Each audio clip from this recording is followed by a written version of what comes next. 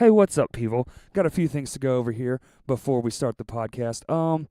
Needless to say, we thought drinking would be a good idea before we did this. So there's a few things that we got wrong, and I just want to go over it here before you start the episode and not think we're complete assholes. The first thing is, in here you'll hear me talk about something called foils. And in my booze brain, I thought that was what I was referring to was called a foil, but that's something completely different. It's actually called a flexi disc. And if you look at my search history on my phone, I actually even typed it in wrong from the booze brain. I called it a flexi disc. So forgive me for that. It's not a foil. It's a flexi record. You should look into them. They're super affordable if you're in a band.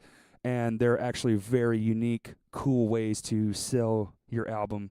And I don't think anybody's really going to play them. It's more for the physical value. The second thing is we refer to the scene as being dead and stranded, and we're not referring to bands in any sort of way. We love so many bands in this state. It's more of a venue crisis that we are currently experiencing, and we're not trying to throw anybody under the bus or anything like that. It's more just open discussions. So just take those two things into consideration. Thanks for listening. If you like it, subscribe. If you don't, middle finger us in public. See ya.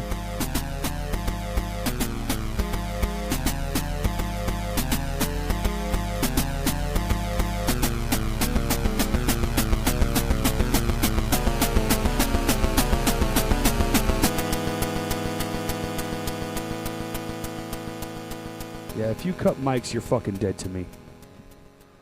What a great way to start it out. Yeah. So we're going to talk about Thompson Water Seal for a second? No, we're not talking about anything. We're only 2 episodes in, Todd. No sponsors yet. Yeah, no sponsors. Don't name drop anything. Is sealed well, no coasters. My life is great. Yeah, bro. We get down. I like to party. I like my table to party. We're like 10 seconds in. If you think that people shouldn't be around you because they cut mics, I think anybody that tells me to put a coaster underneath my drink, I just want to throw my drink at them directly and then go get another drink. Yeah, and put it down without a coaster. Because, have less respect for your things, everyone. All right. Crashcast episode 2, y'all. If you didn't know, we're Arkansas-based, so accents aplenty up in this mug. Justin? I wish I had a cowboy hat to wear. You do, asshole. I'm sorry. Or is it out in the... You literally have the Colt Magnum hat. I don't have it. Out there. I thought you were saying that... I have it. Oh, no, but I mean, you have a hat you can wear. I do. Yeah. I think I may go get the hat. You should go get it. Hey, It'd guys. be fitting. So the other voice you hear is our other good friend, Todd. And today's discussions are going to be about good rules to follow for bands. And I found this article. I don't know really what it is. It's more like just a general list. Some of the stuff, very, very well worded. Some of the stuff is kind of like, it's more preference-based than anything. But nonetheless, still good. We're going to go down the list and just kind of talk about the things, Justin's in his hat, that we like about it, that we don't like about it. This is mainly for like newer bands, people who aren't necessarily hip to all the things, haven't been through all the troubles and struggles. This is more of an informative podcast of sorts for our friends with new beginnings. Today we are just me, myself, Corey, Justin Cole from the first one. Yeah. Yeah. And our good friend and singer in our band, Mr. Todd Weber. What's up, guys? Hooray! Hooray! You are brave. And I think maybe I've probably been in the most bands, experience-wise, as far as years. But these guys have been in some really great bands, too, nonetheless. So we've all learned our fair share of things, been screamed at by promoters, kicked out of venues. We've done that. Hey, talk about the good things, too. Don't say all that negativity stuff. We did positive things. We've done some pretty amazing things, but, we've done some stupid things, and it's okay to do stupid things because you don't know.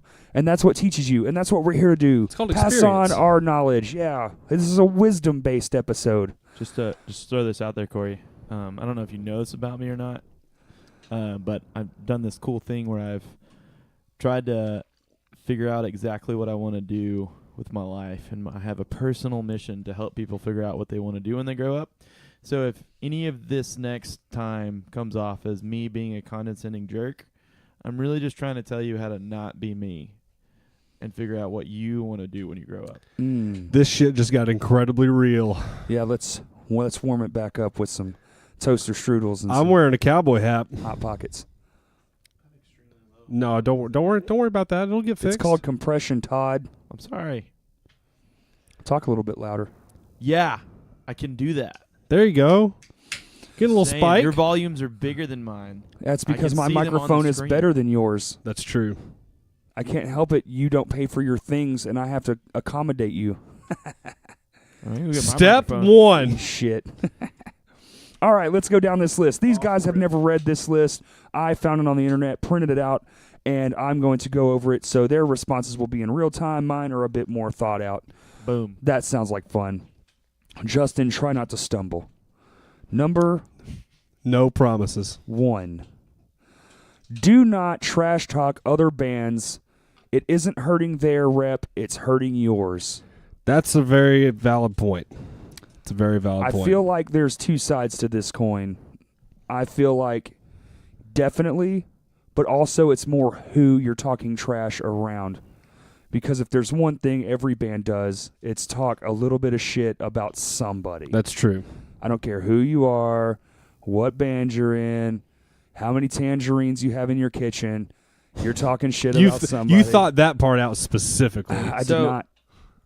I But it is stupid, and it's a bad practice because here's what it is. Negativity feeds negativity, and if you're negative towards one band, you'll start to be negative towards every band, and that's when you become the rock star child nobody fucking likes, and you basically just turn yourself into a dickhead, and this day and age, it's just not going to fly. So I disagree with that statement strictly because I think that criticism is really what talking shit is, or could be. Only if you're brave enough to do it to their face in a So that's the well-meaning thing. manner. So like whenever we include people in on our shit talking, we like But if it you're has to be- talking if you're talking trash to a band, you have to have built the relationship with that dude in that band to be like, hey dude, that fucking sucked. Right. And, you know, like if you did that and he was like, yeah, I know, like then you have this. But I like, think this is I could, you know, but like the whole like standing in the back. I remember when we played with Attack, there was some other band there that opened or that we were opening before them,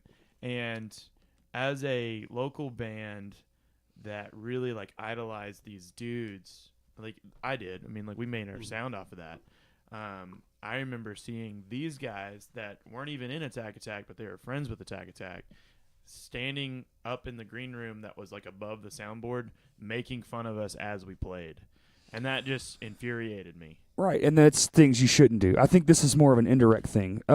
Having conversations and telling like your buddy bands, hey, maybe you fucked up tonight, totally different. I think this is more you're at a venue, you're talking shit about the band that's on stage, much like those guys did. Yeah. Like, not only does it not feel good to be the guy that's talked shit about, it really just makes you look like an asshole to everyone that may have been there to see them. Yeah, like I don't in even the remember first the name place. of that band because I just wiped Right, them from because my you wiped them memory out of your memory. because- And so it didn't hurt. It didn't help any part of the situation. Right. Had they been cool, even if they didn't like you, had they been cool, you would remember them. You'd have probably bought something because, oh, wow, you guys are great, and I got to play with you. And they would have just went on with their lives, and we would have never talked to them again anyway. I mean, like, I heard some of the dudes from a band here in Little Rock that we played with probably 3 or 4 times. I think the first time we played 557 was with this band, and they said that vocalist needs voice lessons or learns how to breathe not in the mic. And I Right. heard him say it, and I was like, hey, what do you mean?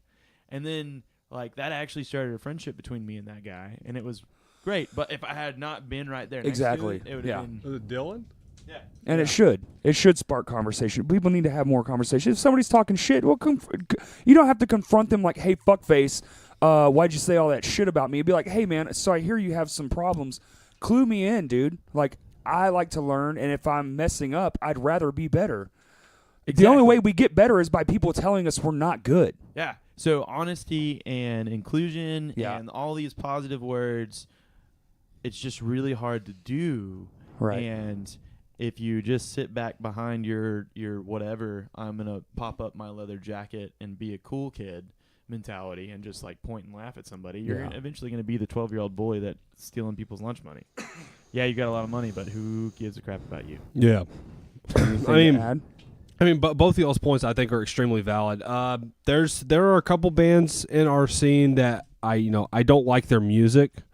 I don't necessarily. You don't have to like the music. Well, exactly. Like I think they're all cool ass dudes. I've talked to them all personally at shows that I've played at. It's just like I'm not a fan of your band, but like you're a cool guy.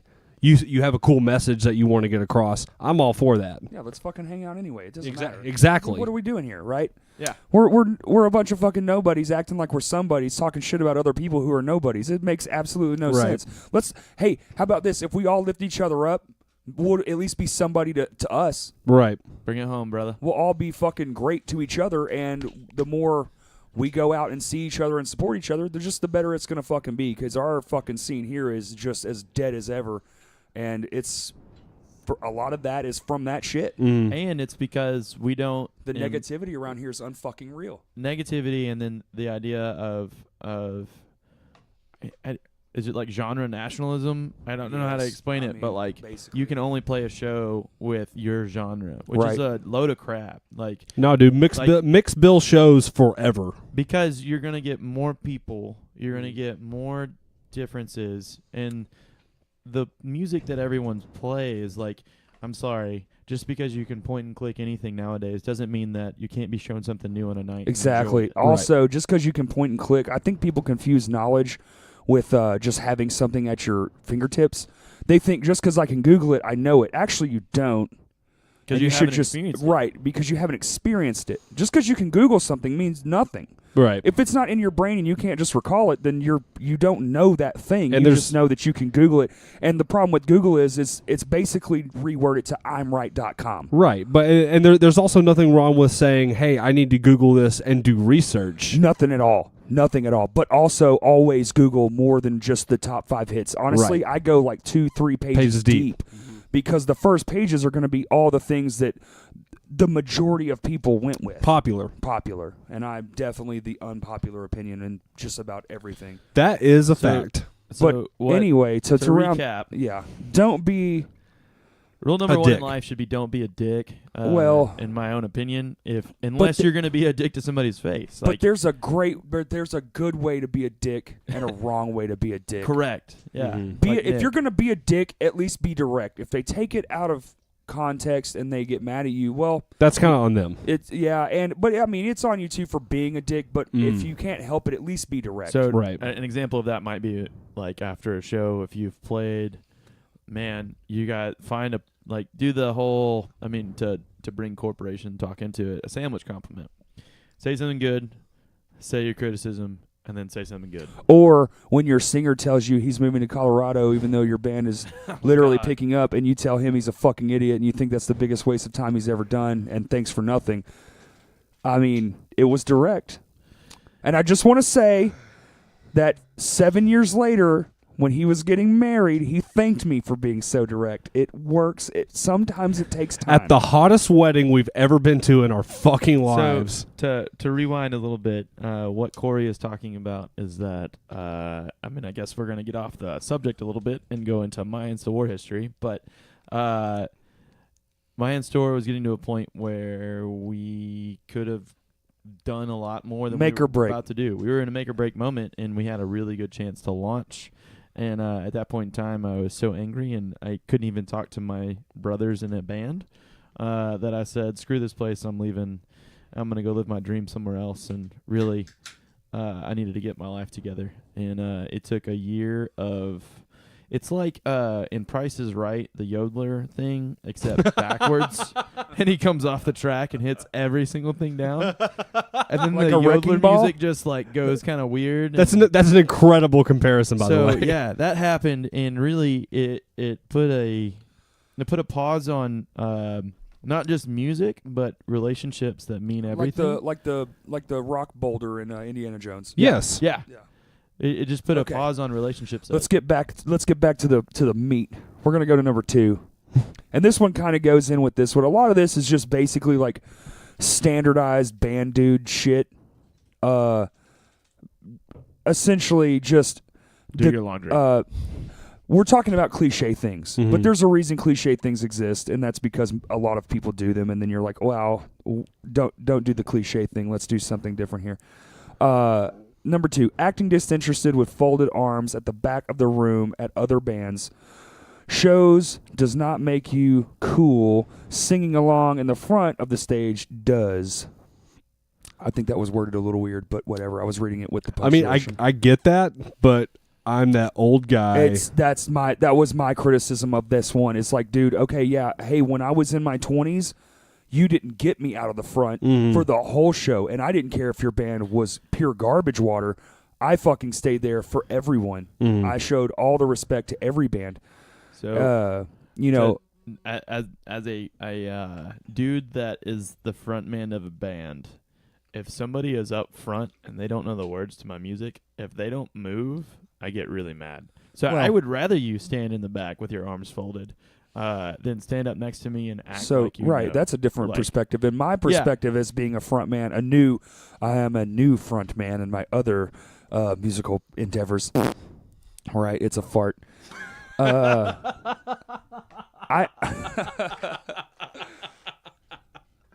Oh yeah, this is gonna be one So of those essentially, nights. I just like people to be up front.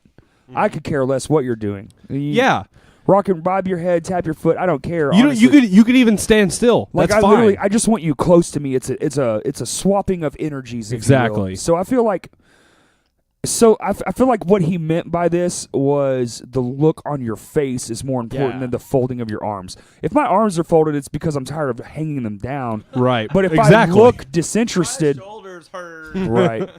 But if I look disinterested, then yeah, that's on me. If my face is like scowled and I'm like I'm not having a good time, well then go home. Here's a great example. Last night, you and I played at the EJ's place, Right. and when Anchorway was playing, dude, I would look over like every couple of seconds, and you'd just be like bobbing your head, and then you and I finally connected eyes about third or fourth song in, and we just mouthed, "These guys are fucking good." Yeah, go Actually, check out Anchorway Pop Punk for Yeah. real. Yeah, I Where listened was it to. from? Pryor, Oklahoma. Yeah. I listened to their EP that they have on Spotify. It's good. It's really good. It's great. Me and Carrie were listening to it on the way back from the doctor, and she was like, "Oh, this is that band that played the other night." And I was like, "Yeah." Just to plug all the bands that played last night. Lame Johnny, Eyes Up, Eyes Up, Anchorway, Anchor. and Slick Grip. Was it Anchor Way or Anchor Way? Anchorway. Anchorway.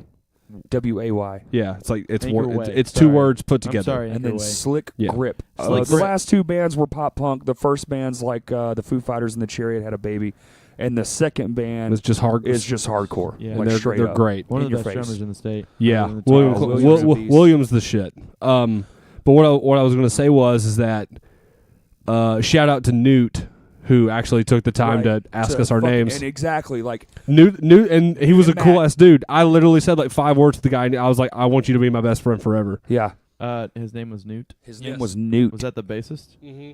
Yeah, that guy looks like a Newt. No, Yeah. I mean like in a good way. Yeah, Like, no, I he's- like no, I like Newts. He Newts are clearly fun. is his name. Sure. All right, number 3. Newt. Looking like a rock star isn't as important as sounding like one, and this one could be debated because looks do account for something. Even when you look like shit in a band that their whole motif is shit, that's intentional. Mm-hmm. They're not just doing it because they don't care. So what are we talking about? Are we talking about eyeliner? Because Well, I don't no, agree with no, that. no. I feel that's just that's just a gimmick. No, we're not talking about gimmicks.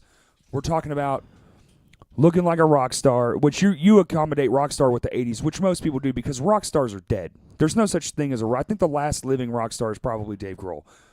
I mean, I accommodate Rockstar as Rock and Rolla. If you've ever seen that movie, to bring I back. mean, I'm So pretty like, sure I did. It's all about the show. So if you have a theater about yourself on stage and it enhances the experience, like I think they should do that. Like probably one of the biggest influences I have about someone that I feel like is an actual rock star is the lead singer of Foxy Shazam, and that dude goes ham every single show. I mean, I will never forget their the fact. live show's incredible. I'll never forget the fact that he lit 20 cigarettes at once and turned them around and ate them. And he doesn't even smoke. Right. Well, ate them. here's the weird part is like some of this list is conflicting because number 4, okay, so looking like a rock star isn't as important as sounding like one, which is somewhat true in the fact that if you're spending $1,000 to look a certain way and you have a $200 amp, maybe switch that. Maybe spend $1,000 on an amp so you'll actually sound good and $200 on some decent clothes. I mean, a Goodwill trip goes a long way. Just go to the best part of your town and go to their Goodwill. You'll get great stuff for no money. I just want to say that I've seen a lot of really amazing dudes play music out of shitty equipment. Right. I'm not saying that shitty equipment doesn't have its place, but you know, I watched a band play with a drum set that was completely held together with duct tape, and they were incredible. Yeah. But there is a point in time There where is a you point in lose time- the respect right. because and a duct tape drum set's only going to hold up for so long, and then you're just hurting yourself. So just save some money. And like, I'm not saying buy a $1,000 amp. Okay, well, a $500 head and a $500 cabinet is pretty damn decent. yeah, You can make that sound better than a $200 combo all as day. long as it's not a Line 6 pedal. Or anything at all for that matter. Come at me, haters. Number 4, see, this is what I'm saying. Image is actually important. See, it already is going against That's itself. backwards. Cargo shorts are for dads at barbecue, not for Or musicians on the stage. Scream Riff Throwdown. And I will say, the only people that could wear cargo shorts and make it okay was Pantera, and now sadly they're both gone. So no more cargo shorts, please. Please. Hey guys, we have a show on the 28th, and I'm gonna wear cargo shorts. I'm going to kill Todd on the 28th. There will be a funeral. Pay your respects. Maybe just give us some money. Kaylee's laughing in the background. I plan on putting light bulbs in my cargo shorts. Here's what we talked about. Number 1. Number 5 is kind of like a reiteration. Being respectful and friendly will take you much further than being superior and entitled. It's super easy to literally have your only interaction with another band. Just be like, hey, guys, what's up? We're from this band. And even if they act entitled, just go with it. Yeah. It's fine. Just Let be it the go. nice guy. Right. Hold on, could you state number 6 again? Are we on number 6? No, we're on number No, we're 5. Number 5. Short teen. So, well, essentially, it just boils down to, being respectful more times than not is going to get you a lot further. Yeah. And it's going to get you a lot further. Not only do you want brother bands, sister bands, however you want to Mhm. look at it, they're going to spread your word around. Yeah. If you're good to them, they're going to be good to you. They're going to go to the next town and say, "Oh man, this band from this town, like 100 miles across from here, you have to get these guys." That literally happened to us. Yeah. Yeah. The other side of that is that if you're not respectful, you're robbing yourself of experiences. So like 100%. when we did our comeback show the next day, we joined the band that we played with that because we had such a killer time and had an even better time and went and had chicken and waffles and then went and watched a great movie. And like it's those experiences Yes. that relationship drives everything. And they've asked us to play like 4 or 5 times. They've asked us to go on tour before. Yes. So for a band that's up and coming, relationship can drive everything. We have a song called High Fives or Nepotism. The more you know, the more you actually... Nepotism is in the music industry is one of the only times it's truly like a decent thing to have. Yeah. Who you know in this industry makes or breaks you, and that's just the way it is. And the better you get, the more you do, the nicer you are, the more people you're going to meet, and the more they're going to help you. Stay nice, stay humble. I was about to say that one of my favorite interactions with the human being, I can't remember who it was, but it was one of Lame Johnny's first shows, when playing drums and all that stuff. And somebody just came up to me it was when we played at Sticky's, when we did the jukebox, then the Shawn Michelle show, then Lame Johnny, and I played on the right-handed kit. And Somebody I had never met. I've been going to shows and playing shows for years and years. Somebody I'd never met just came up to me and they're like, "Hey man, you're a really, really good drummer. Who are your influences?" I was just like, "Well, I'm influenced by a lot of people," and I mentioned like a couple of drummers, all that stuff. They're like, "I don't know any of those drummers, but I'm gonna go check them out." Oh yeah. They're like that. I was like, "You don't even listen to the number 12 looks like you. You don't know who John Carell is." So to go back to the one before that, as far as image is everything, I think about a really good friend of mine that we've actually told him, no, we're not going to play a show with you before because of his band name. Michael Hall is an incredible musician, but the image of his band name was kind of difficult to put on a bill. I think I know what you're talking about. Yeah, I think the name of the band was Peace Boner. And, oh, right. as Hard to market much as down. we really wanted to play with him, We so should've I mean, I just did it think maybe anyway. that's what it is. Like if you say "I Kill Babies" as your band name, that's an image that you don't want to have. Right. Well, but also Sorry. the band makes the name doesn't make the band. If you get there and Peace Boner's fucking amazing, then everybody's going to be like, dude, I initially was like, whoa, this is a really stupid band name, but the second you're good, it's like, oh, yeah, Peace Boner's the shit, and then people don't mind saying it. Yeah. So You're right. just be good. If you want to name your band something crazy, you better be able to back it up. I mean, that's essentially what it is. All right, number 6. And number 6 is a good one because it doesn't happen that often anymore. Going to other band shows is the most important thing you can do to support your scene. And I will say in the modern age, going to shows, yes, because one, ticket sales, they look better the more people go. And if you're in a band, you should support other bands. And 9 times out of 10, if you get cool with the venues, you're not going to be paying for the shows anyway. So just go. But also, hold on, let me finish. Also, in 2018, it's more than just going to the show. Share their post, comment on their post at least, give them likes, all that stuff, because it does matter. Because that is those are the things now that people look at. Yeah. And there is still no better marketing than just guerrilla out, handing out flyers, face to face, doing mass texts. Just those little things do a lot more than social media really still, but social media slowly eroding the old way of things. See, I have a different.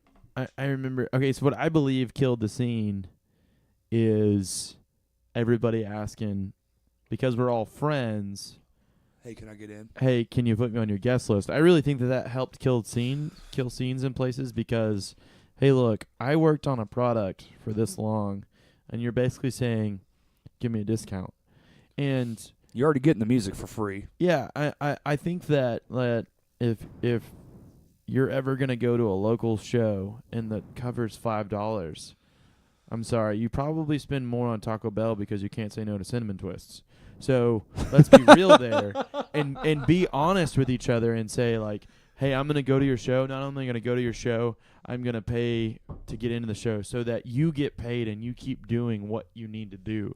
Because if you think about it, like this is people's time, and if it starts costing people money, eventually they're just not gonna. I mean, like costing people more money than they've already invested in the gear and all this stuff. Like, if you're being honest with your scene, I then think you should support it.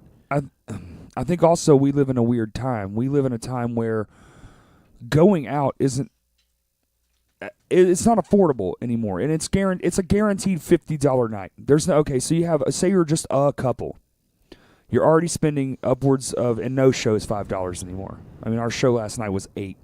I thought it was $6. Well, $6. Are they up the price? No, they were supposed to charge $8. They only charged $6 because they didn't read their own flyer. It's funny that I said it all was that a venue because snafu. I owe you $6. You do. You gave me $6 to get into your show. Yeah, I gave 2 people $6 to get into my own show. I paid for 2 people to get into my own show.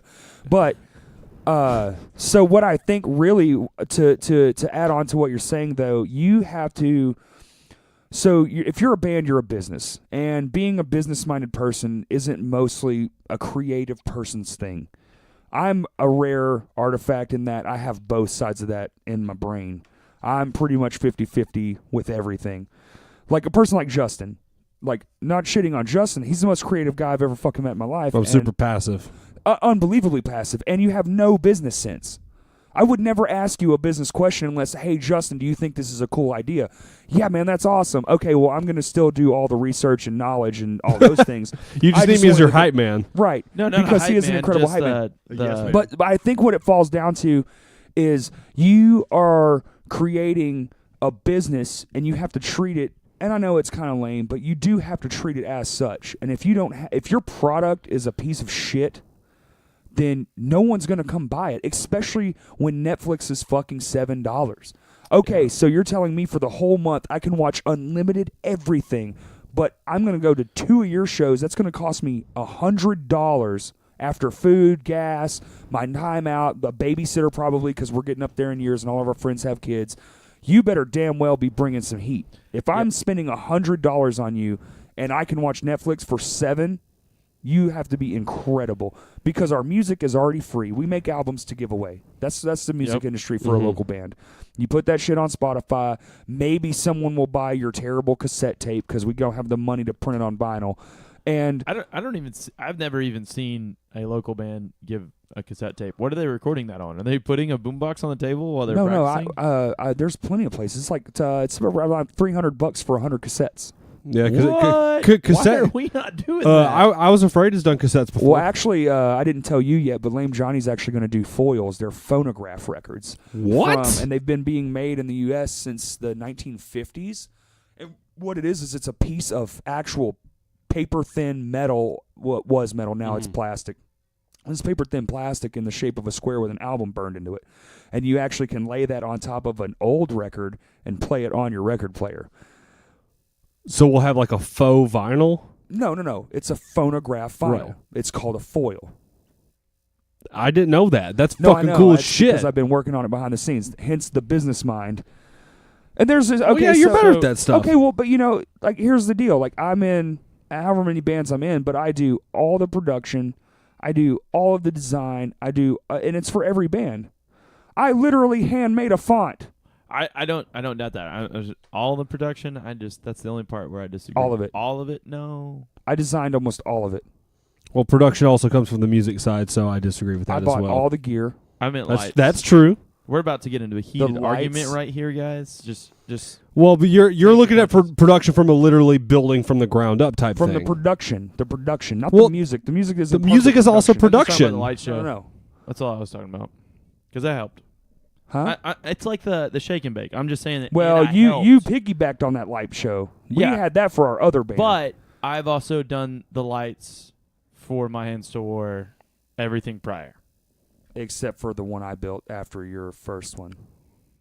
The one with Right. the Ego. blue and red. Yes, correct. But before, like, there's been 3. Anyways, this is the point in time where you go back to rule number 2, and realize that we need to agree to disagree, and it is okay.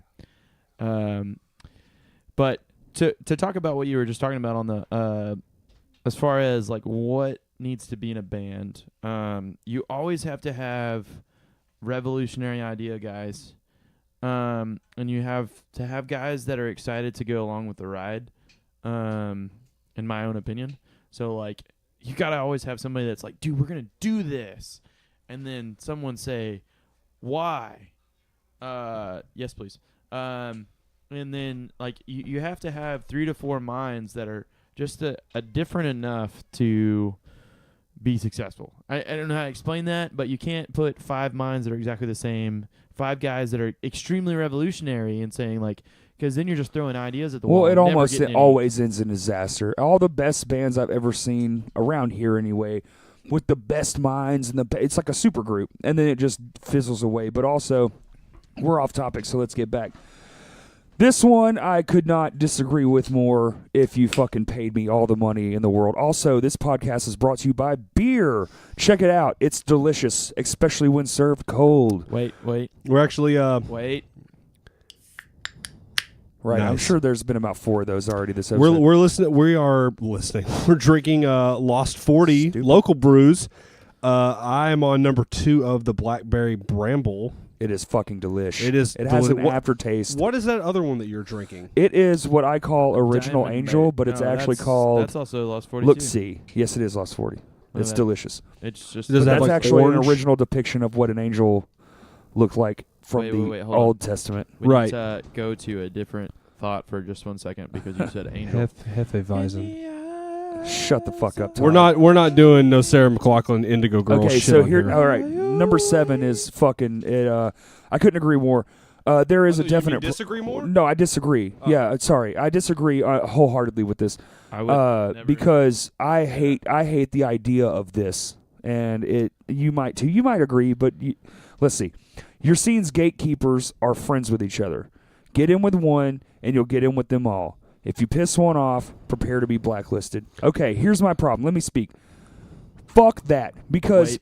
not only if you have a bunch of gatekeepers in your scene, then chances are they're fucking lowballing and they are holding it back. because chances are when somebody comes around with something maybe even revolutionary or original, and they're all high and mighty up on their fucking horse because they're the ones who say can play, dude, eat shit. Like, literally, fuck you. I have nothing to do with you. And we've experienced some of those things, and definitely in our musical career, especially in this band. It has definitely gotten to some points with certain venues where it's like, okay, well, just fuck you then, and we're going to go do our own thing. And I don't care what you have to say about it, and I don't need your approval because I'm going to do my thing, and I'm going to be myself, and I definitely don't need to be in with you to fucking get shows. That's fucking absurd. No, book my fucking show because I'm good. Oh, you're talking about promoter. I thought you were talking about... No. Bands. Other gatekeepers, essentially friends of friends who are in the scene, people who think they're the decision makers when really it should just be the promoter, but they're always in the promoter's ear, or they're around a lot and they're making decisions, and really they shouldn't even be. There should be no gatekeepers. Honestly, the only gatekeeper there should be is the promoters. And if you want to treat a promoter like a dick, then that's on you, bruh. Like, you're just fucking shooting your own foot off. You want to... you want to shit on a promoter, well, guess what? You're never going to play in their venue again. And that same goes for the sound guy. If the promoter and the sound guy are buddies and you treat one like shit one time, you might get a second time.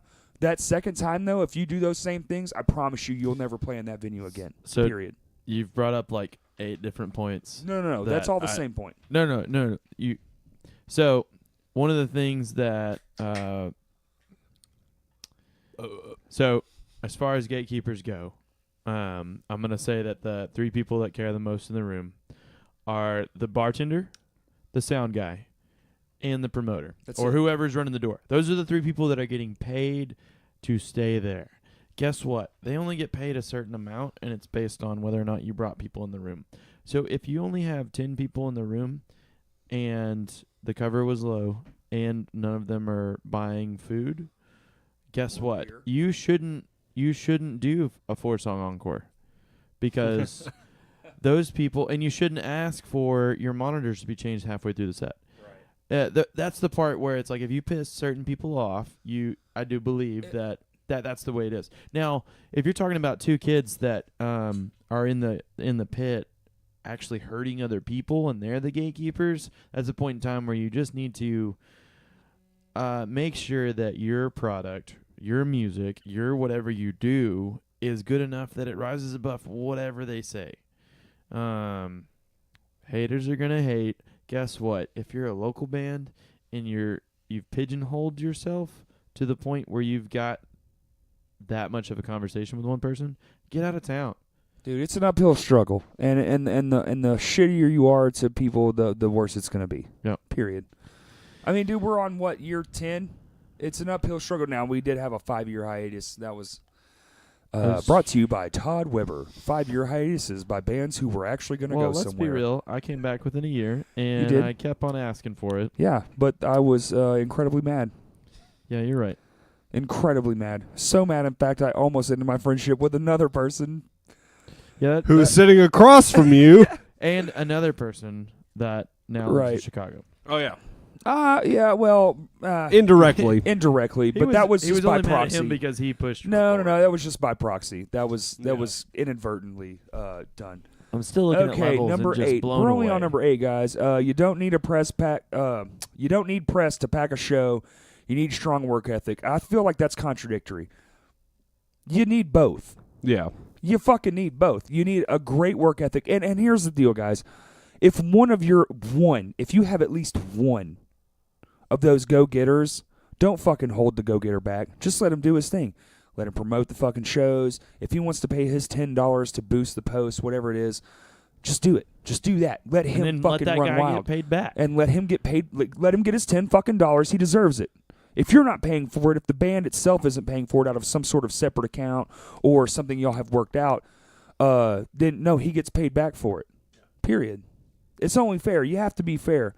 But that one is a little bit contradictory where you do need press to pack a show. Any press is good press, even bad press. It's like you're pay for a Facebook boost. go out downtown, your downtown area, pass out flyers. You're looking around, that kid looks like he would listen to X amount of music. Let's hand him a flyer.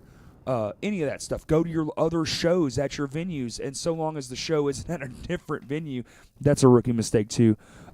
Never hand out flyers to a show at a different venue at a different venue.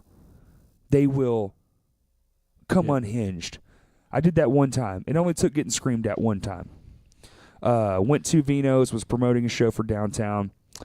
The owner, I thought, was going to physically rip my head from my body. Is that Vino's? Yeah. He used to come there. He doesn't so much anymore, but he used to be like down out in the. This was a long time ago. I was very new, and it was fresh. Are you fresh saying blood. you made a mistake? I made lots of mistakes. That's why I'm going over this list. That's why I feel confident in telling people don't make the same mistakes I did, Todd. Mistake. It's spelled just like the word mistake. All right, number 9. Physical promotion materials are still incredibly important. Get out into the world and put up some posters and hand out some flyers. Don't spend all of your time on Facebook. Jack, that is we've already talked about it. 1,000% true. We can just glaze over that one. If you think that's not right, then you are wrong, and you should go to your local mall, go to your local shoe stores, go to your local skate shop, go to your local skate park is a great spot, and just hand out a handbill. A handbill is basically a quarter sheet of paper with the flyer printed on it, and just hand that shit out. And guess what? It's worked that way since Shakespeare had a stage. And you can also get great deals on like Vistaprint. You can get them made as like little postcards, so it's on a better card stock. If you want to look a little bit more professional, it's like a couple bucks for a couple hundred flyers basically in your hand. It's a great way to promote yourself. And everybody knows somebody at your local Kinko's. Right. Number 10, this is technically true, but only for America.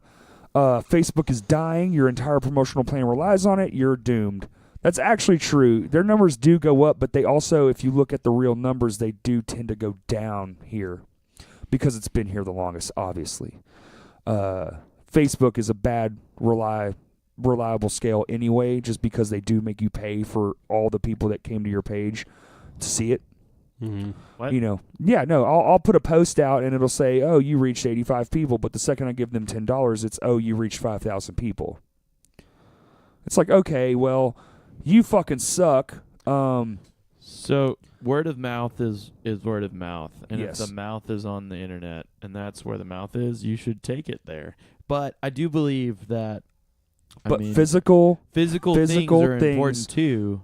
they will if you can sell a person on the street a physical ticket, there is an 80% chance more likely that they will show up to that show than if you just get them to say, I'm going on a Facebook invite. Do you know what the rule of thumb for Facebook is? Take the number that said they're going and cut it in half. Or Yes. double it. But if you actually say, whether it's verbal, me to you, like, hey, Nothing Corey. beats verbal. Verbal. No. I'm saying that, like, if you actually get someone to commit and say, I am going, like, they don't hit the I'm going button because that's easy to do. But the connection made between person to person and them say, I am going to be there, that has a better success rate than Facebook posts. Right. Always. Face-to-face is always going to mean more because it's personal. Right. And it's face-to-face, man. It means more. Shake their fucking hand, dude. Like, give them a high five. Be like, what's your name, man? Oh, it's fucking Cody. Hey, Cody. I'm Corey. Man, great to fucking meet you. Hey, what kind of music do you like? Yeah. Just start a conversation. Oh, do you like heavy stuff at all? So my Do opinion you like is country that at all? if that conversation happens on Facebook and you actually have that, whatever it is, like it, I'm not saying that Facebook should be the only way you should do things because there's too Right, many no, mediums. there's But not. like, Right. if you had that First off, conversation, all mediums are viable. I'm not discrediting Facebook. It has its place, but it's not the end all solution Right. to promoting. That's what I'm saying. correct, yeah. But I'm also saying that if you use Facebook and you did it in a personal way, Right. it would work. I If you feel like- recorded a video and sent it to somebody and said, "Hey, I expect you, because you said this, to be here." I feel like this next one is a little bit it's a little bit 50-50, especially considering where we are as far as a dying music scene that has basically crumbled to almost nothingness. It hasn't, but there's only a few venues left here. That's basically what I'm getting at. We live in the heart of Arkansas, and there really is about 5 places you can go see a show anymore. And That's not a house show. That's not a house show, but they just shut down another house venue too. So it's left and right, venues closing. So this one is a little bit of both, where we actually do have to. It says you need to conquer your hometown before you can hit the road. If no one cares about you locally, what makes you think people will care about you anywhere? Okay, in a big city, Dallas, Texas, L.A., sure. Chicago, New York. Yeah, that makes sense because you have such an audience you can build there that they could spread the word hypothetically to where, yeah, other people in America would have heard of you maybe through the internet or whatever, or their friend. Because a lot of people that live in those cities aren't from those cities. They moved there to get the fuck away from the rest of America, middle America. So you go there, they say, oh man, my friend's back home in North Carolina, you have to fucking see this band. Okay, so you're passing word of mouth. Well, that shit doesn't happen here. Yeah, what about Horseshoe Bend, Wisconsin? Right, exactly. So I had a conversation the other day with our manager about we need to stop building our presence locally, almost, period. We need to start building it in our adjacent sister cities because they have great turnouts. They have higher numbers of population, and they definitely have more things to do per capita, per person. So you go to, say, Memphis, you're almost guaranteed to have a decent crowd just by the population number, period. Just the density alone dictates, well, it's a Friday night, so that's a good night to get out. This bar is popular. It's on the main drag. I'm probably going to get in front of 100 people minimum on a fucking Friday night, Saturday night. I want my show here. Whereas that same number down the street from here, last night was a fluke, bro. The last show we played was 30 people. But 30 people's great, and I appreciate every face. I'm not saying that that's bad. I'm saying that if I could build myself, why wouldn't I drive 2 hours away to get in front of 100 people versus driving local, spending the same amount of money almost to the fucking note to just play in front of 30 people. Again, it's a business. You have to think, where's my money coming from? Where's my views going? How can I make the biggest footprint? So I know that I have cut Justin off like 5 times. So after I say this, I would like you to think I'd like you to talk. But it is a business, but it is a relationship, and you shouldn't pigeonhole your own town if you don't. I mean, like, if you only have 5 venues like we do, and you've only got one venue that actually cares about who you are, you should probably get out of town for a little bit and go somewhere else before you come back. I think a healthy schedule would be play your hometown 5 times a year and then do your best to play 2 shows somewhere else in between those times. If you're not touring and you can just do weekend shows, that's the best thing you could do. And then regardless of how long you've been in a band, you can't be disappointed with 20 people. And I know that you weren't disappointed. I'm not. I know, but I'm just talking about to other people. If you ever get to a point where you care more about the quantity of people rather than the human relationship you can get, because even still, you have an opportunity to make a connection, and that connection for your live performance can bring other people in or them buy your merch or whatever it is. Right. And that's a insanely valid point. I'm just going off business sense. Right. Dude, there's not a person in this room that appreciates a face more than me, I don't think. Right. No, I it's agree. my ultimate. Yeah. I'll play in front of one. If one person paid to get into my show, you're getting the same show the next show that might have a few hundred people, maybe even a few thousand people. Literally just about to say, one of my favorite things that we've always talked about is that you play for 5 the way you would play for 500. Or 5,000. Exactly. Or 5 million. It doesn't matter the crowd number.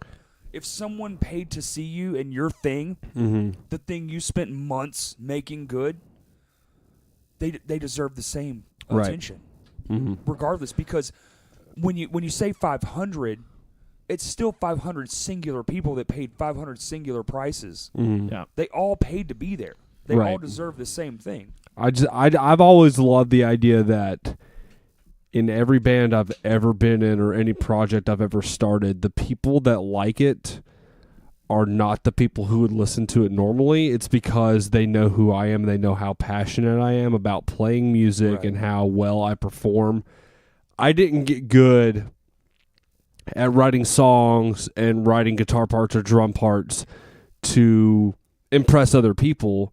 I wanted to be it because they're number one, they're fucking fun to play, and number two, like, as much as I love the creative process of writing a song, I do enjoy playing it more. But there is kind of like that weird dichotomy between live and studio stuff. Like, I love being in the studio creating something from the ground up, but getting to play it in front of people is a much more... It's undescribable, man. Yeah, it's a way more, like, not only is it just like Todd was saying, like that human connection, that relationship and all that stuff, but it's like in a very emotional and physical catharsis for me. Energy. Like, yeah, it's energy. When Karen and I were driving home last night, she was like, I love watching you guys play so much. She's like, I think I like watching you play drums more than guitar. And I was like, well, why do you say that? She was like, she was like, you're all over the stage when you're on guitar, but she's like, when you're on drums, you're confined and you still put forth that same energy. And she was like, how do you feel about it? I was like, well, it just depends. It depends on the type of mood. The night. It just depends on the night. And it depends on the people around you and whether the mood of the people around you it's the same like, level as you. Here's something that happens also before we get to number 12. What Justin's saying is essentially you can go into a show already having a bad night. There's been many a times where all three of us have been at each other's throats. And guess what? It's fucking T-minus 20, and we have to pull our shit together because there's one rule that we always have, and I feel like this is a good rule to toss out there too. Never, ever, ever, under any circumstances, unless it's death, do you cancel a show. And we didn't even do that. Right. We had a death in our band. Not going to get into it. That's for another time. But literally 4 days later, we're still playing the show.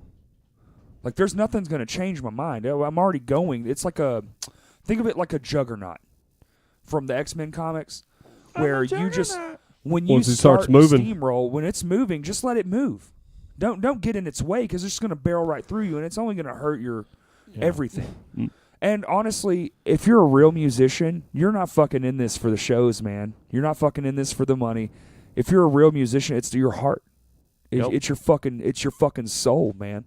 It's your brain, it's your mind, it's your peace. There's a reason that we played a fucking show after our friend passed away. Peace. Yeah. It was for our own sake. Yeah. And you can call it was more of like a respect to him in that moment. Right, because if we had canceled that show, it'd have been like, what the fuck are you doing? Yeah. I didn't fucking die for you to cancel this show. Right? Like, I'm fucking, like, that's ridiculous. No, I definitely, I came out of that show after we played it. I think I felt more at peace with him being gone. Right, and I've never seen anything clearer. I've never played a show in tears. Yeah. The whole time. And walked away after some serious self-reflection. I mean, you guys know what last year was for me. Yeah. An unreal time, and just walking away going, like, okay, so this is this new thing, and now we have to adjust, and just being so hyper-focused on that moment, and just being like, I see things even maybe clearer than I thought I was seeing them before. Yeah, when I asked you that night, I think Todd, you and your wife had already come out at that point. I think I remember asking you guys before I went back to the house to get clothes and stuff, like, do you guys still want to play this show? The only reason I asked that out loud, because in my head I was like, I hope they say yes, because I don't want to cancel this at all. So, and you guys were both immediately just like, yeah, absolutely. Like, there's no question. I think that when you put yourself on a mission, just like you were talking about, and you have the idea of accomplishing something, whatever it is, like it doesn't matter if it's a Friday night that you've been working on just to play in front of what you don't know. You know, it doesn't matter if you've worked on it for a whole year or a month. When you put yourself to that routine of that grind and stuff, and you don't go through with something, I think you're robbing yourself, you're robbing your scene, you're robbing like so much. And while that night was one of the hardest nights for me, as far as what a show is supposed to be, of a extreme connection and extreme release of emotion, there's not a single person in that room that thought I'm having a bad time. And it was the most, even though we were all sad. Yes. Isn't that weird? In like that celebration of just extreme sadness and extreme whatever can still help someone else. Mhm. And you still have the ability that you can just connect with somebody and change their day.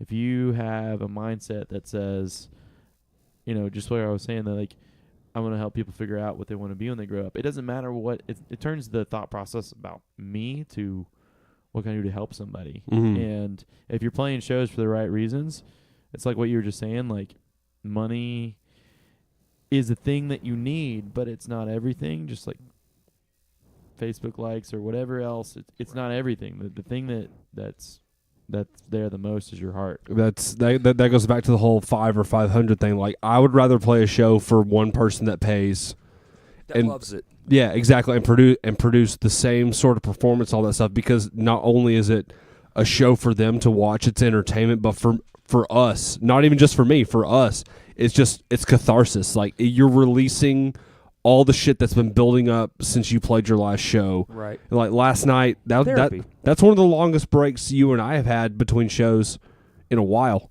That was almost a month. Yeah. Yeah. For us, Yeah, for being in as many bands as we're in, that was exactly. incredible. So like playing last night was awesome.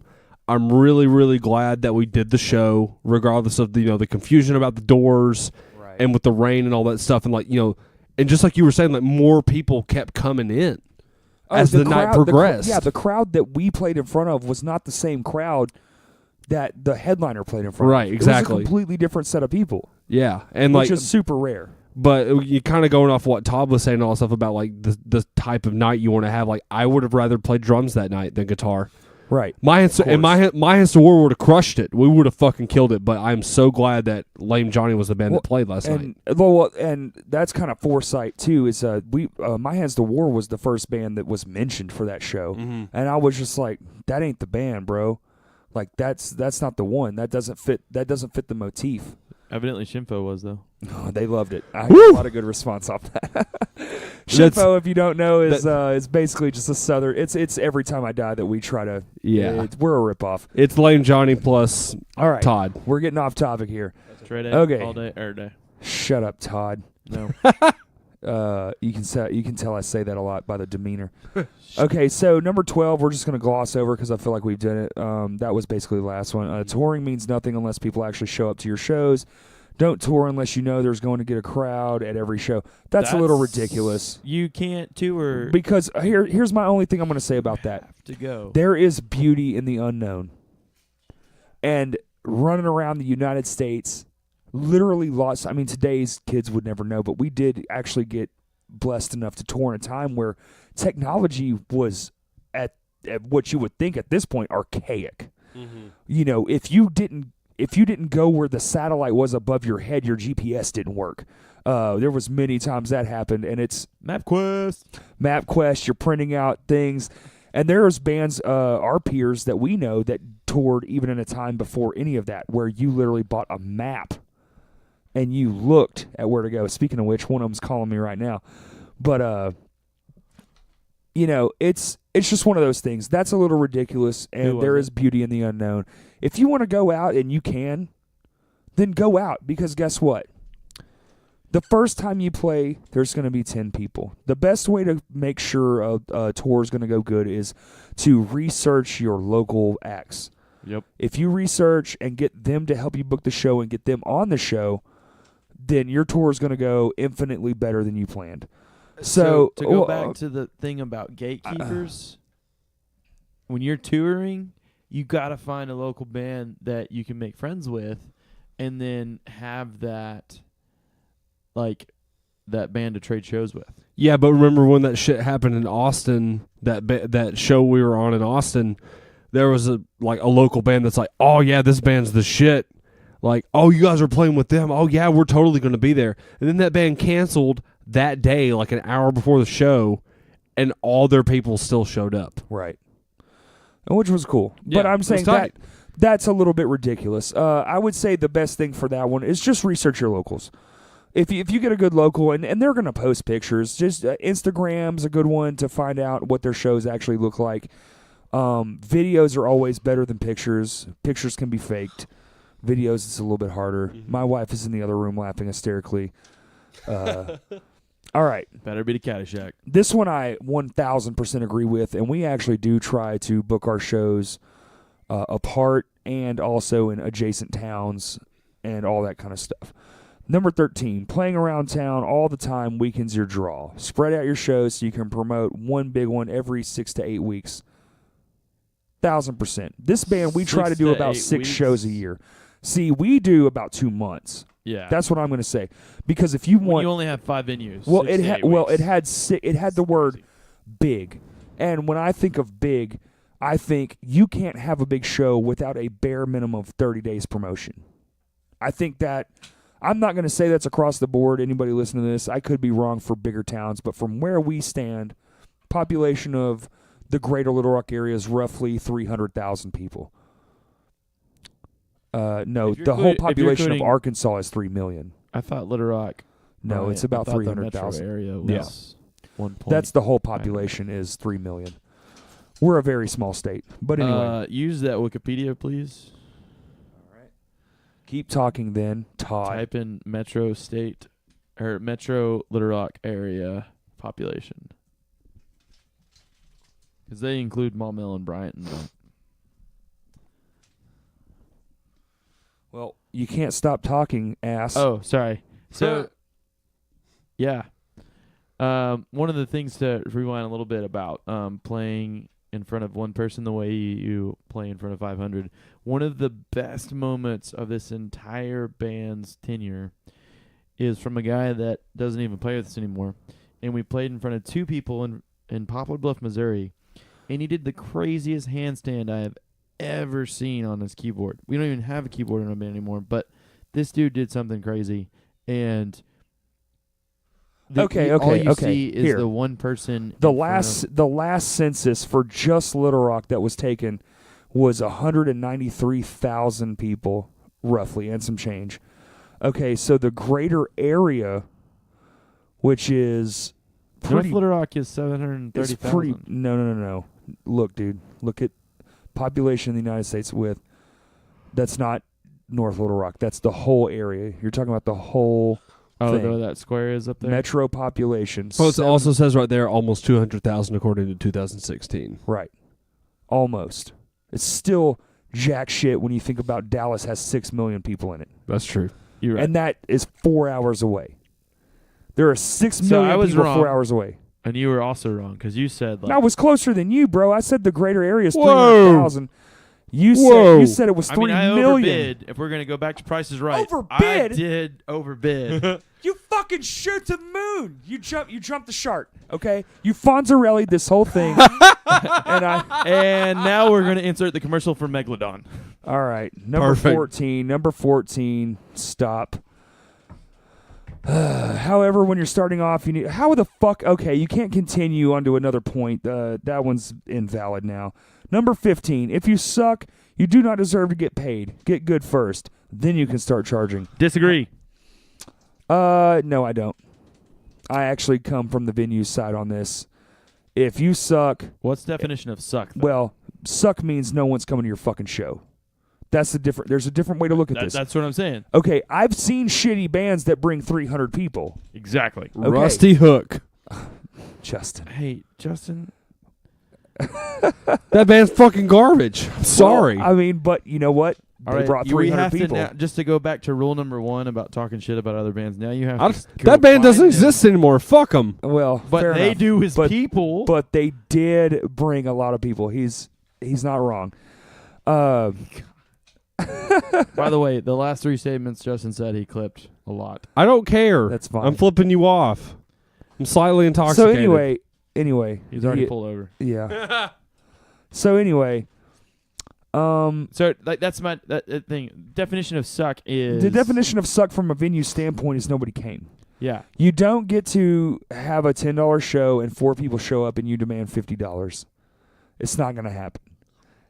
Now, you want to bring me 100 people, I'll gladly pay you your $50 or whatever it is. A lot of venues do a cut. It's usually 60-40 around here. Other venues might be 30-70, however they play it. I don't know.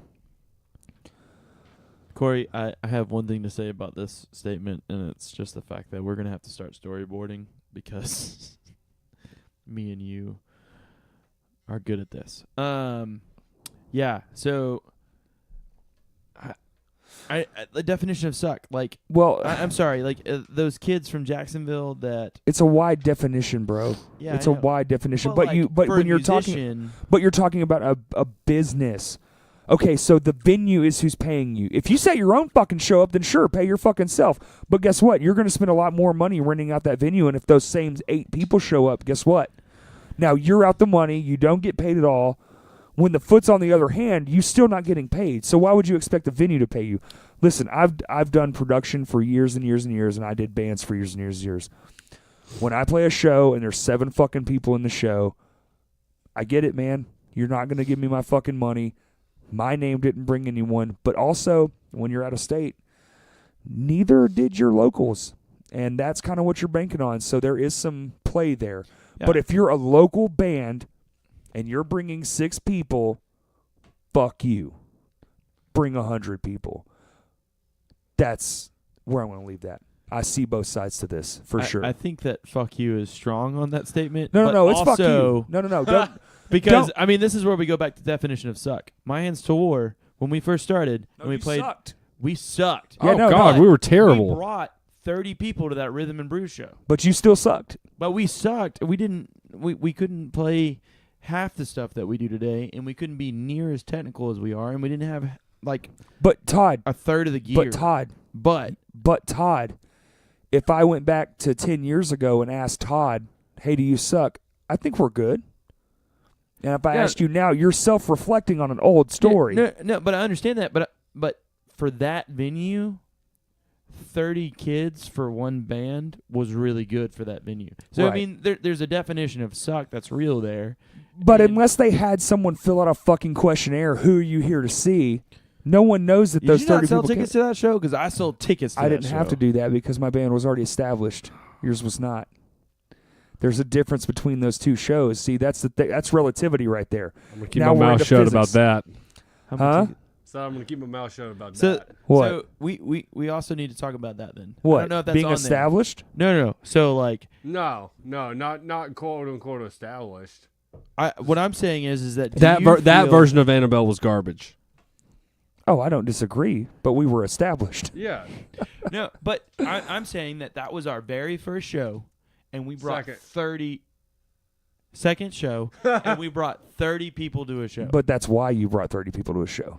Uh, It was your second show. People were still excited for you. no, I think that like 4 people were family, and Because everybody else. Was Because, word hey, of listen, mouth. I've been in this band for a long time now, and we have definitely played shows where people are like, oh, it's just another My Hands to War show, and only about fucking 15 of them showed up. I mean, I agree with that. And I'm we just were saying- far superior in talent than but your venue definition of Suck. by suck- numbers. It's by the Yeah, number, yeah, yeah. right. So I mean, I'm saying, But that, also, like, how would the venue know that? They didn't know you brought 30 people. because on that show we did sell tickets, and I handed them 30 Oh, okay. tickets in I cash. see what you're saying. That's what I'm saying. So like, if you sold tickets, Oh, well, then you have to pre-do that. You have to get that in writing. Yeah. Oh, here's another pro tip. Get it in writing. Because if you don't have a leg to stand on, and you better get it through more than just a handshake. It better be through an email, something you can bring up, a text, anything. It all works.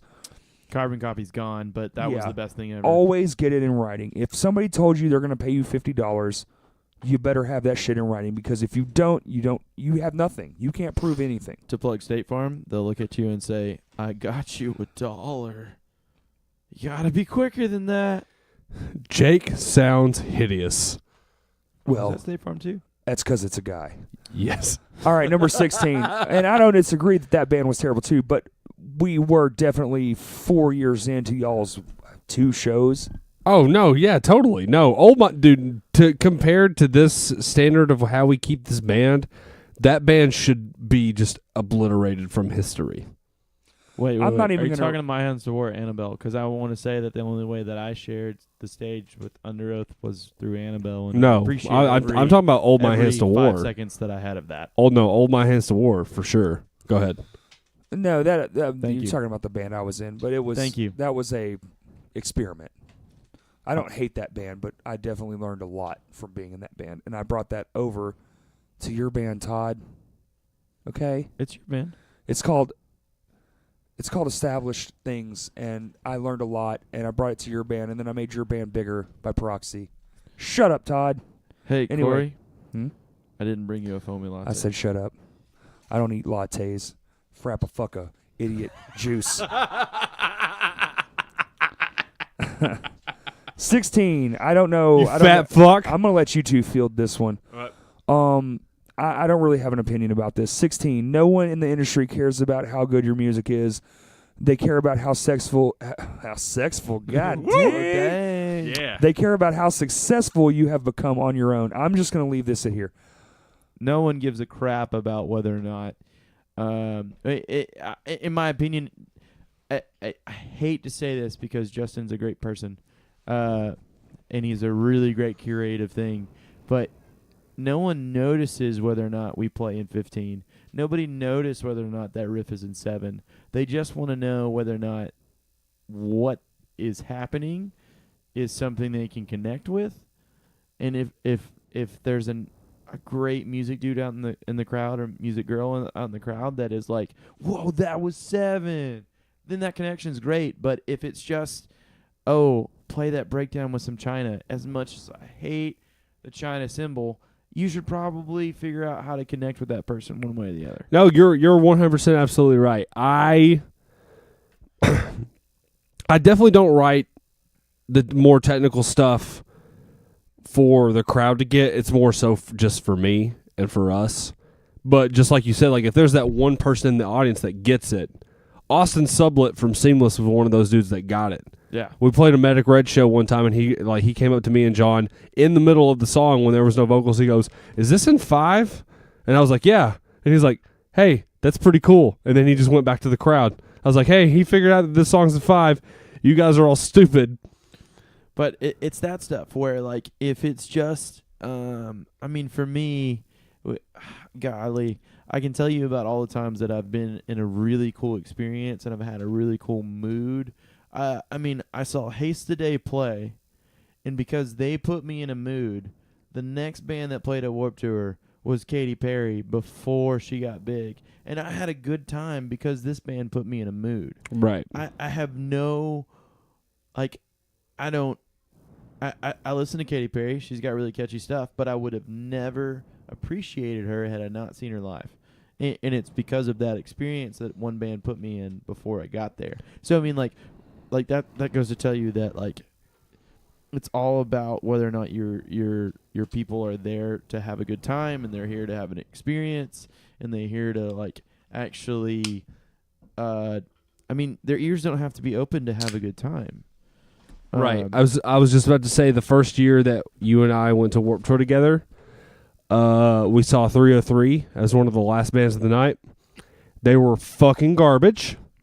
And then I disagree. Well, they were garbage then because I didn't like them. Literally the next year, they were on the main stage, and they've put on one of the best performances I've ever seen in my life.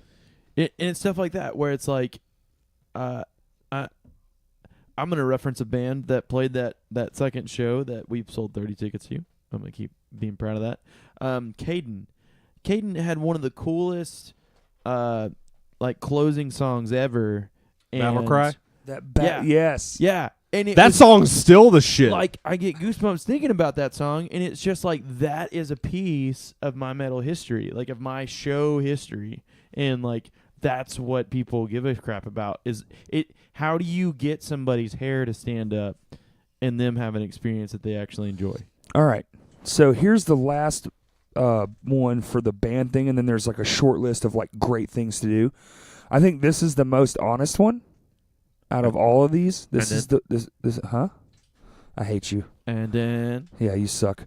Okay, number 17. Go out of your way to help others in your scene. It will eventually come back around. Duh. yeah, well, yeah, no shit. Yeah. but the only caveat to that is don't give yourself away. Like We did. you have to caveat, like you have to be established to the point. I mean, just like with any relationship. Well, we established ourselves and then shot ourselves in the foot for 3 years. The last 3 years we were a band the first time, and to any band person or whatever listening, we literally played for free. Yeah. We would drive to Fort Smith, which is about 3.5 hours from here. 2. We would drive to Fayetteville. That was 3. That was the 3 one, and we played for no money. No money at all. Yeah, none. And we would just pay for it like we were supposed to, instead of being like, oh, you can't come off $40. I'm not going to come. Like, it's not even worth it. Yeah. Like, ooh, you get to play with this band. Yeah, it's not that great. Yeah. I would never well, shoot. The me now and the me those 7 years ago, there's no shooting myself in the foot. I'm sorry, Corey. If I mean, I'm sure that our relationships are different now to the point where we would never have to get to that point. But if every time I ever called again and said, "Hey, we want my hands to play," we'd probably be like, "Yeah, where do you need to go?" If it's, you want us to go to Anchorage, within our Alaska? ability. But that wasn't their Yeah, asking us. That No, was that venue. But if they did, there are certain ways that we would still do things for free-ish, but in the same way, like, Well, and maybe we would have gotten paid on that show. That one's Had a we fluke. asked for Well, but the problem is no one fucking showed up because it's Arkansas and welcome to the fucking club. There was Justin, you're looking at me weird. There was people there, but I guarantee you, I know how venues work. They didn't even cover what they had to pay. Are you talking about the Stone Pony? Yes. Oh no, I agree with you. I'm feeling R&B. I'm feeling alcohol Right. vibes. Okay, so these next ones we're just gonna fucking rapid fire. hey, how much time do we have left? As much time as it takes, Todd. That's how podcasting works. Welcome to Okay, the club, okay, brother. let's just push pause for 1 second. For what? We're gonna put a plug right here, right now. My Hands to War has a show with a band called Hallow Point on July 28th, which is 2 Saturdays from now. So if you're listening to this, please come to Vino's, eat pizza, drink beer, and I don't know the other 2 bands that are on the bill, and we will. Maybe you talk about should. it more. You're a terrible fucking frontman. All right, here we go. Back to Corey. who I has the farted other 2 out of my bands on the mouth. bill. All right. Single word answers from everyone. All right, ready? 18 through 35. 18, create a YouTube channel. Yes. Unbelievably important still. YouTube plays a massive have role in one? your success. Yes, of course we do. Okay. I All right. don't know what the last name was posted, but Number yes. 19, this is a thing I used to do, and we really should adopt. Print info cards. When anybody Ye- asks what you're about, you just hand them the fucking card, and then they Yes. have a physical Yes. identification to hold on to. They can Yes. pin it Yes, to their yes, wall, yes, stick it in yes. their wallet. It's very smart. It works more than you think. See. And then Number 20, go watch other bands with matching sounds. Yes. I mean, duh. That's a duh. Yeah, why not? 21, be open to booking locations. Play fucking anywhere. Yes. Coffee shops, But mall. Dude, we played in a fucking mall. Stop. no. We played in but- front of a fucking train. We did play in front of a train. If you're over 21 and you're booking a house show, then you need to Okay. be weary of the things that's that a good. can happen That's a off of valid that. point. That's the only one. Make sure the age limit is 21 and up. I have literally been arrested at a house show for being over 21 and there Yeah. was underage drinking. I have been. I've been in handcuffs, sitting on the fucking front line from a different place. Luckily, I got let go, but I have to say that's probably not everyone's story. Yeah, that's what I'm saying. That's the only. And only if it's thing 18, if it's 21 and under, no booze. And if you show up and there's booze, fucking leave. It's not worth your time. It's not worth it. It's not. It's really not. I can't stress it enough. Dude, that was the scariest shit ever. Yep. DUIs and DWIs and all that stuff, it doesn't fucking ruin your month. It ruins your fucking life. Yep. They are not worth it.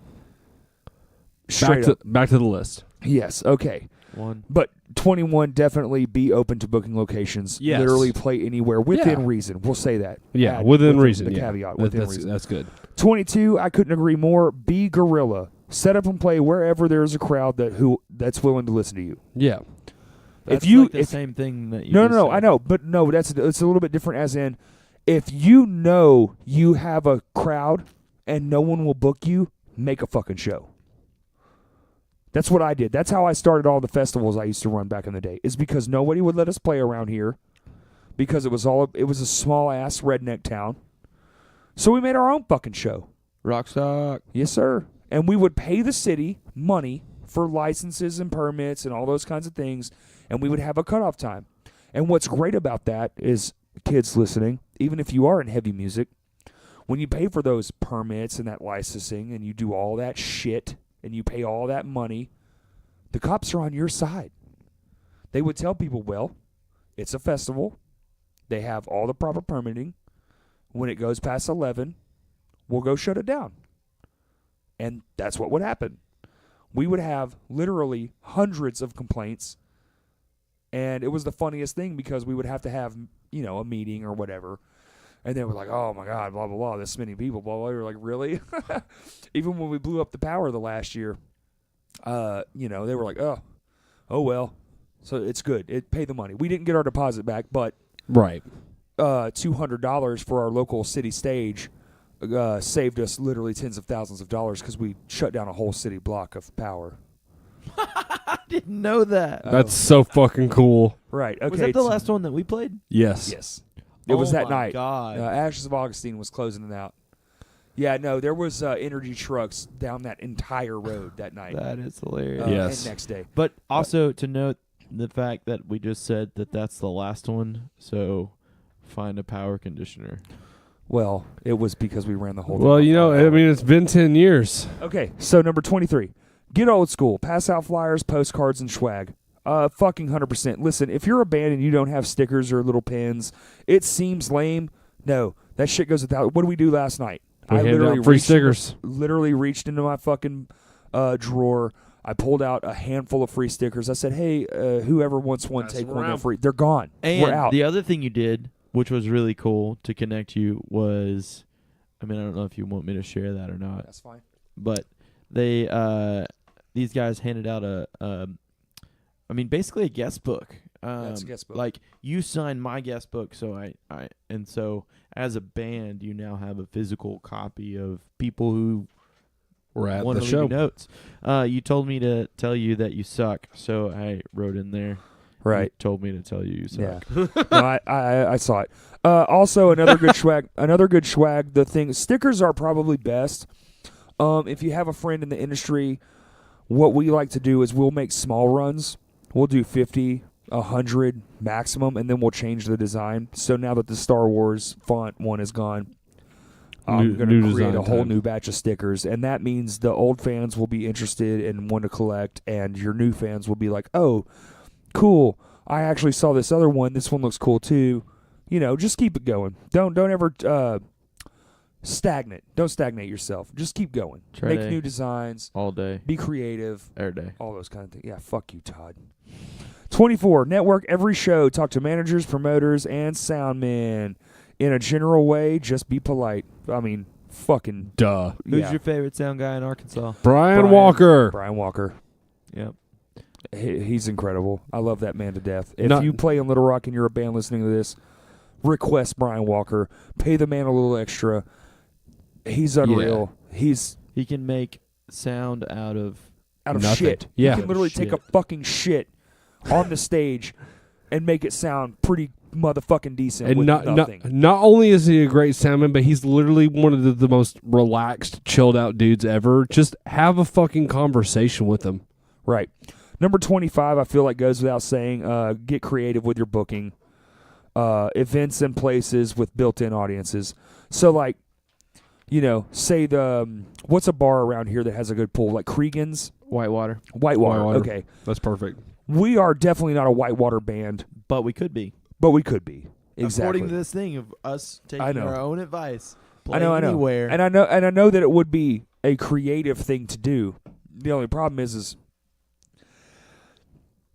it's a very small stage, and we have to know our limits. And I've played on that stage, and it was the most uncomfortable thing. I love Whitewater. I'll eat my own words, bro. Listen, I said Whitewater was a garbage dump for years and years and years, and then I played there. I was gracious enough to be let in. There was a fucking sweet crowd of people. They were amazing. Everybody treated everybody properly, and I was wrong. 100% wrong. But your table might be bigger than the stage. Exactly.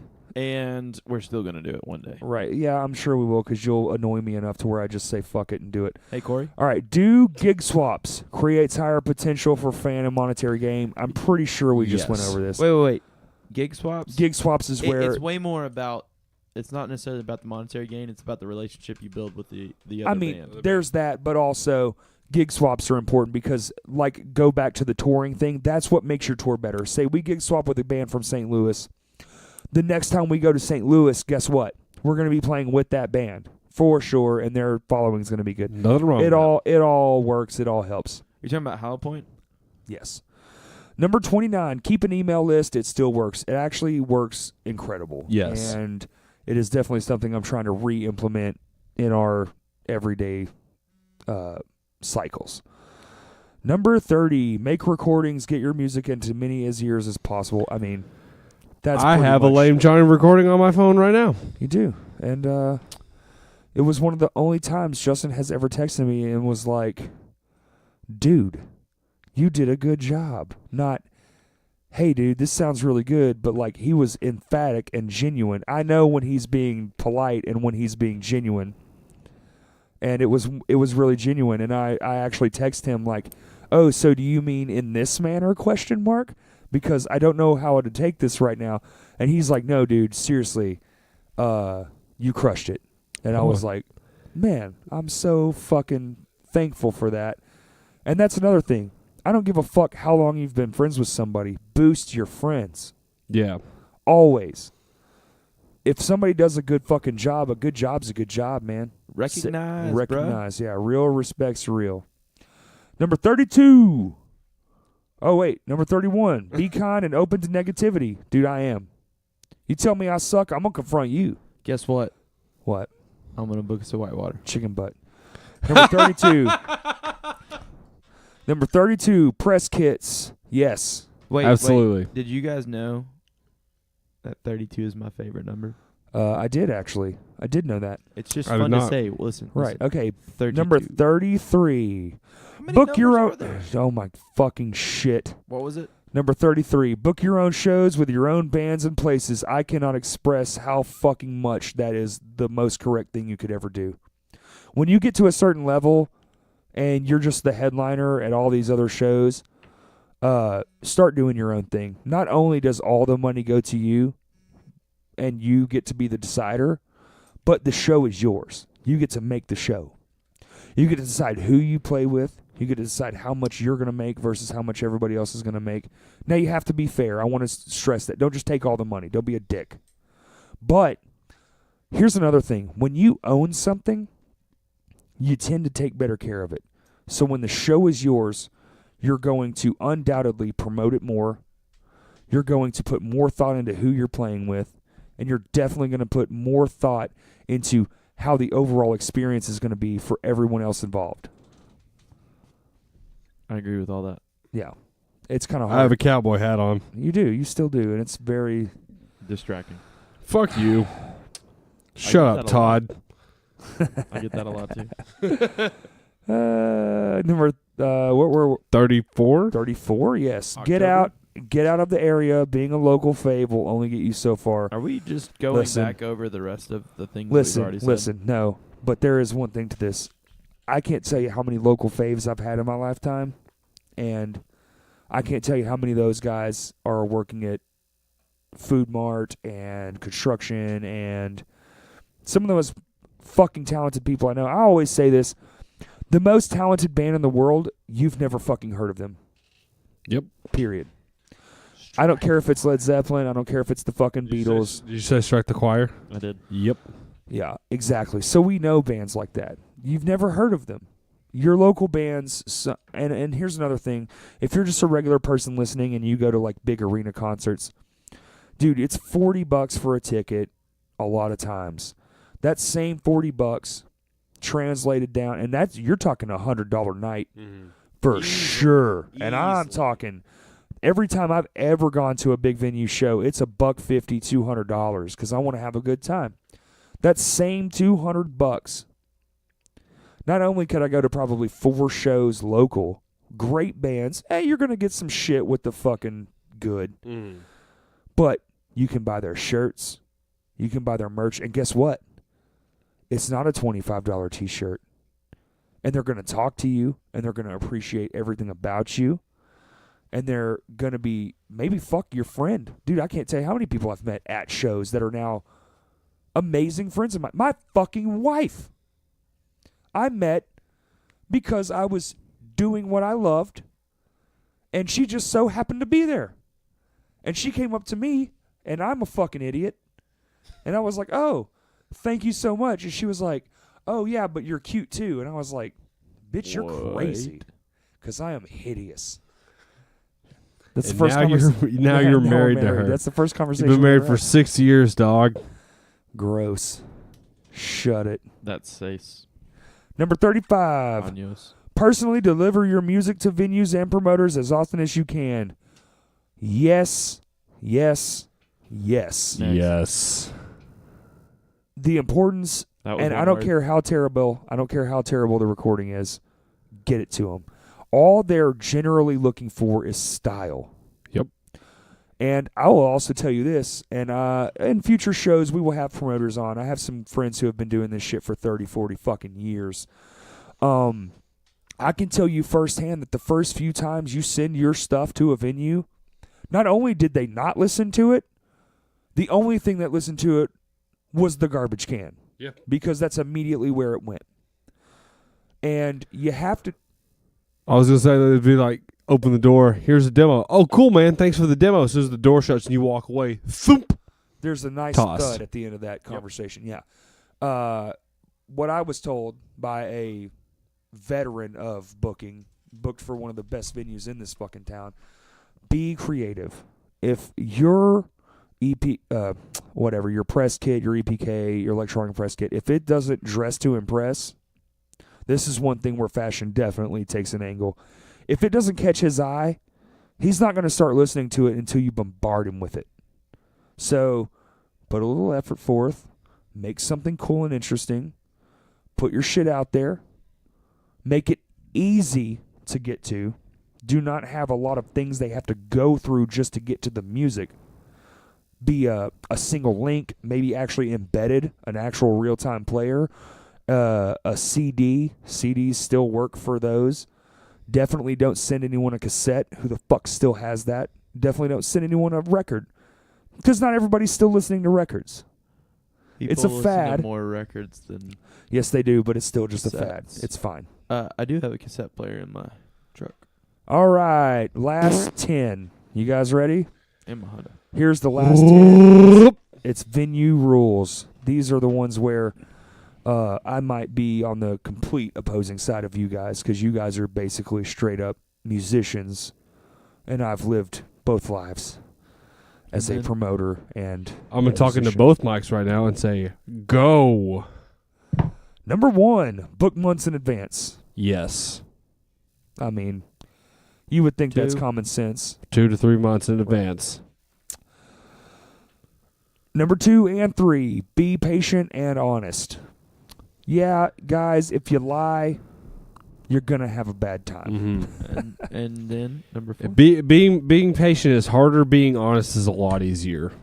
Dude, I honesty think. is the best policy. Yep. I've always found that even if it's negative, just be honest. Because as a human, we can work through that shit. Yep. The truth shall set you free. Yeah, that's a good one. That's Todd, real. shut up. No. And I want to put this out. Number 4, be respectful and thankful. And Duh. of course it's duh, but here's the main time I do it.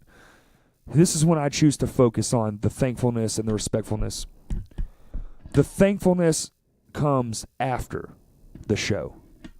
The respectfulness is during. I want to respect my fucking sound guy. I want to respect my fucking doorman, and I want to respect my venue. I'm not going to leave my garbage laying around. I'm not going to overstep my bounds. And afterwards, when it's all done, if the sound was great and the sound man wasn't just an asshole, because a lot of those guys there think we're fucking amateurs, and it's just going to be amateur hour like it's what they're used to. They come in there in a bad mood. But after it's done, it's, hey, man, that fucking mix in this monitor was so fantastic. Thank you so much. Mm-hmm. Shake their fucking hand. Don't not shake their fucking hand. Thank you so much. Look them in the fucking eye. Shake their hand. It goes so far, because the next time you play, it's not going to be like, all right, you ready? It's going to be like, hey, man, how does that mix? Do you want anything else? Mm-hmm. You Yeah. want some more guitar? They're going to start asking you questions. Yeah. Just be fucking nice, man. Dude, and what sucks about last night is that, that's the last show that they're going to have at that venue. Right. That sound guy was fucking awesome He as was shit, fantastic. dude. Apparently, he owned a venue. That's where he got all that equipment from. Really? Yeah. All right, number 5, be responsive. And I feel like this is more when it's fucking 8 o'clock and you're supposed to start at 8 o'clock, don't be in the bathroom. Go piss at fucking 7:54, not 8. Okay? Be responsive means when your sound guy's saying guitar, guitar, guitar, play the guitar. Don't just stand there around like a fucking idiot with your thumb in your ass going, Right. huh? Oh, me? I've said that before. I agree with all this. Right. All right. Here is my favorite one, and I feel like this one gets the most. This one will hurt you the most, being a new band. Be quick on stage. Do not just stand around. As in, Yes. I promise you, if any sound man that's worth their metal sees you breaking your stuff down, not just carrying it off stage to break down at a later time and or outside, he's going maybe not to externalize it until you get the fuck off my stage, but he's going to internalize that and go, oh, fuck this band forever. They're wasting my time, Right. and I will never work with them again, because And you're also stealing the next band's time. Yes. you are. So, like, every band that goes on stage always goes over, regardless of time. It's just the way it works. Like, you're going to go 30 seconds or a minute. There's no over. such thing as a concert that went in perfect order. So, if you want that time, that means other people want that time, and you have to just... You got to be quick about your getting your stuff on stage. Right, because I should have read ahead because of number 7. So 6 and 7 is be quick on stage, and number 7 is get your things off stage. Don't stand around and pack up. Unless you're the last band, the second that last note rings, your drummer should be handing stands to people. Your guitar player should be moving amps and unplugging cables. Throw it in a pile.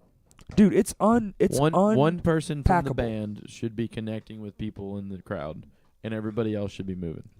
And you should take turns if Yes. somebody has a problem with that. Great point. Do not let it just be the same person every time. That's ridiculous. Everybody has their fucking dues. Cycle it out. Yes. And then? Right. Number 8, I think we've already went over, but I wholeheartedly believe in. If you have beef, leave it at the door. Yep. If a venue has you back, you're lucky. And I don't care whose fault it is. If it's the venue's fault because you have a fucking tiff, guys, you're lucky. You know, if they're willing to have you in their space and maybe even pay you money or feed you. It's just like going to somebody's house and then being a gracious host. Exactly. It's the same thing. Throw your shit away, be nice, and who knows, man. I've definitely had bad relationships with promoters and come back from that. Yep. Dude, the first time I ever met my friend Aaron, he told me, I'll never fucking play your band in my club. You talking about Aaron Hurley? I am. He told me to my face, your band will never fucking play here. And then?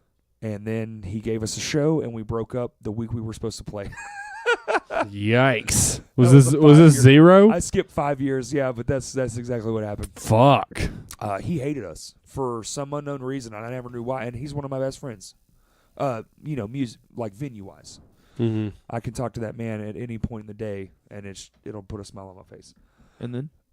Number 9, be aware of your surroundings. Make sure to check your gear when packing up. Lost or stolen gear is expensive and can ruin a good time. This literally just happened to us. Yep. So that's just a good rule of thumb. What I like to do and what I'm definitely going to do is have a checklist inside the trailer to where as things are going in, it's just on a little whiteboard. I've seen lots of bands do it. You have just a miniature little whiteboard with a list of all your gear on it. And as it goes in, you put a little fucking check. And then when it's done, you just erase everything. It's like, okay, it's all here. And then you just erase everything for the next time. And then? Yeah. Hey, man. That's a good set of rules. Middle finger I like him all the twice. rules. I'm just trying to get through Give him the 2 middle second fingers. set of stuff. All right. He's got 2 middle fingers, y'all. And this cowboy hat on. Fuck you. Number 10 and the last thing. Always, always. And I can't fucking express this enough. Bring your A game. Yep. That ties in to leave the bullshit at the door. 500. Yes. Always bring your A game. Never short anyone because it's not about you when the fucking lights go off. It's Yep. about the people who paid to be in the building. There have been specific shows where I remember one instance where you did it and one instance where Todd did it where I was not feeling the show and you guys were like, buck up. It's time to fucking play. Yeah, no. There's no excuses. Yeah. To me, like, music and all these things, this stuff means so much to me. It's a big giant fuck you, man. Like, if you had that big of a problem, then you should have came. Right. But that ties into also the mentality of we don't cancel shows. Exactly. But all right, guys. Damn, what a list. That was 45 things. That was a good episode. Dude, that's This a lot was a of great knowledge. episode. I'm And- glad we had Todd stick around. And not all of it was good. You know, we could be wrong. Maybe somebody will point something out. Yeah, if we suck, you better come tell us. Who It's cares? Well, that's what's great about this is it's subjective, man. Our experiences aren't your experiences. That's beautiful. Anyway, Crash Cast episode 2. Boom. Being a band dude and being responsible. And being for a your dude in own a actions. band. Or a female, because that's becoming more popular, which I'm excited about. Sharp tooth. Sharp Tooth. All right, guys. The band Sharptooth? Huh? Later. Listened to Sharptooth before? They're great.